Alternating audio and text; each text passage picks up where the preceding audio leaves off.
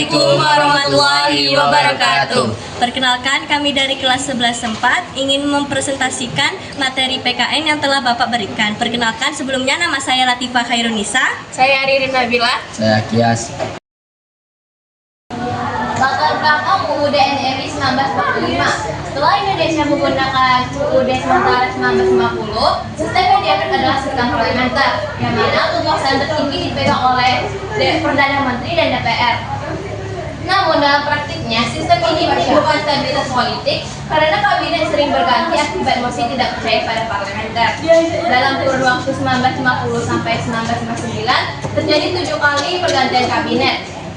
Akibatnya, program pembangunan berjalan tidak lancar dan arah politik nasional tidak menentu. Untuk mengatasi kekacauan ini, pemerintah berusaha menyusun konstitusi baru melalui konstitusi, sebuah badan yang dipilih oleh rakyat melalui pemilu pada tahun 1950 yang bertugas membuat UUD untuk menggantikan UUDS. Namun, sejak sidang 1956 sampai 1959, sejak sidang tahun 1956 sampai 1959, konstituente gagal mencapai kesepakatan antara Pancasila atau Islam yang digunakan sebagai dasar negara. Materi selanjutnya, dekret presiden pada tanggal 5 Juli 1959 untuk mengakhiri krisis politik nasional dan ketidakstabilan pemerintahan.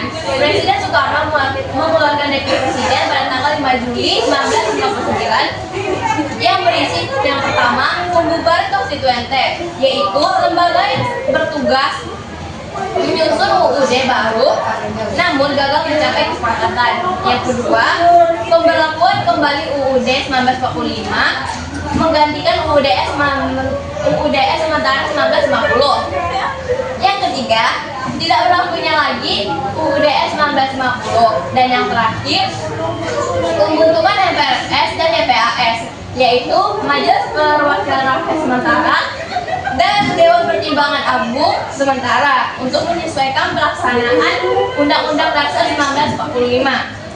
Dekret presiden ini secara resmi menandai berlakunya kembali Undang-Undang Dasar 1945 di Indonesia. Nah, yang kedua yaitu ada masa demokrasi.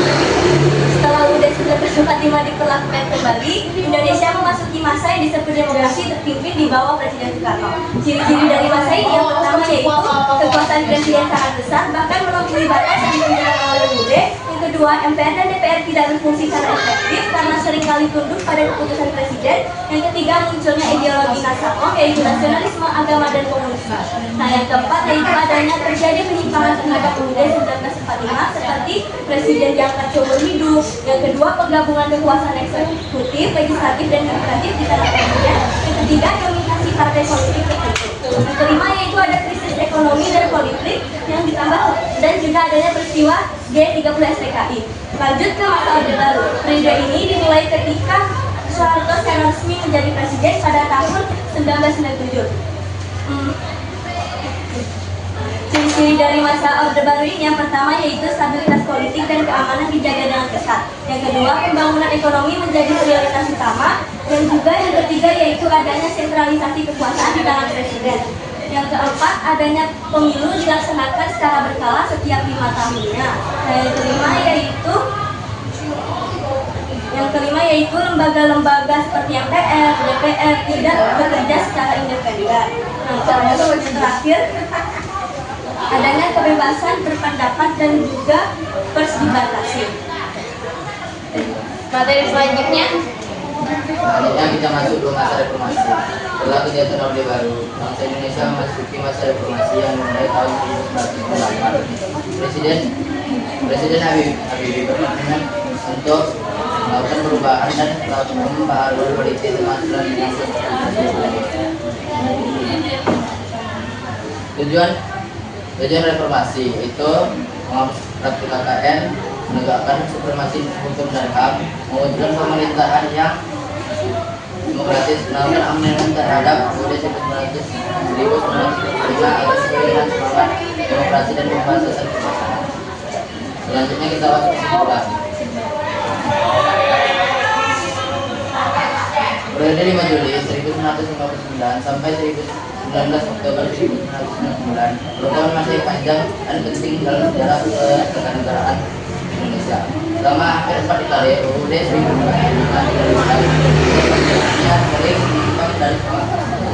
Periode ini akhirnya menjadi pelajaran berharga bagi bangsa Indonesia dalam membangun sistem pemerintahan yang lebih demokratis melalui amandemen UUD 1945. Nah, selanjutnya ada quiz time. Soal pertama yaitu alasan utama Presiden Soekarno mengeluarkan dekret Presiden 5 Juli 1959 adalah A. Untuk membentuk negara federal, B. Karena konstituante gagal menyusun UUD baru, C. Untuk memperkuat kedudukan parlemen, dan D. Karena UUD sudah sempurna. Jawabannya ada yang tahu? Apa Pak Bi? D. Karena konstituante gagal menyusun UUD yang baru. Yeay, benar. Oke, Pak Bi. Pertanyaan yang kedua. Masa demokrasi terpimpin 1959 sampai 1966 ditandai oleh A. Kekuasaan presiden dibatasi oleh MPR, B. Kebebasan pers yang luas, C. Dominasi kekuasaan di tangan presiden, dan D. Pemerintahan parlementer yang stabil. Bunda? C. Dominasi kekuasaan di tangan presiden. Yeay, benar.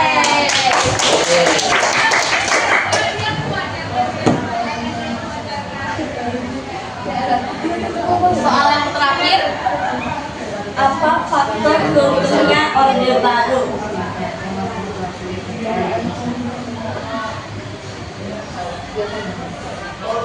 Ya, Feby. Tentunya Orde Baru yaitu karena krisisnya ekonomi.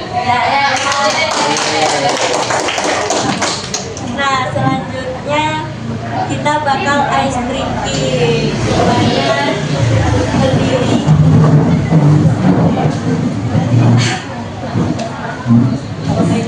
Kalian ikutin apa ya gerakan yang ada di video.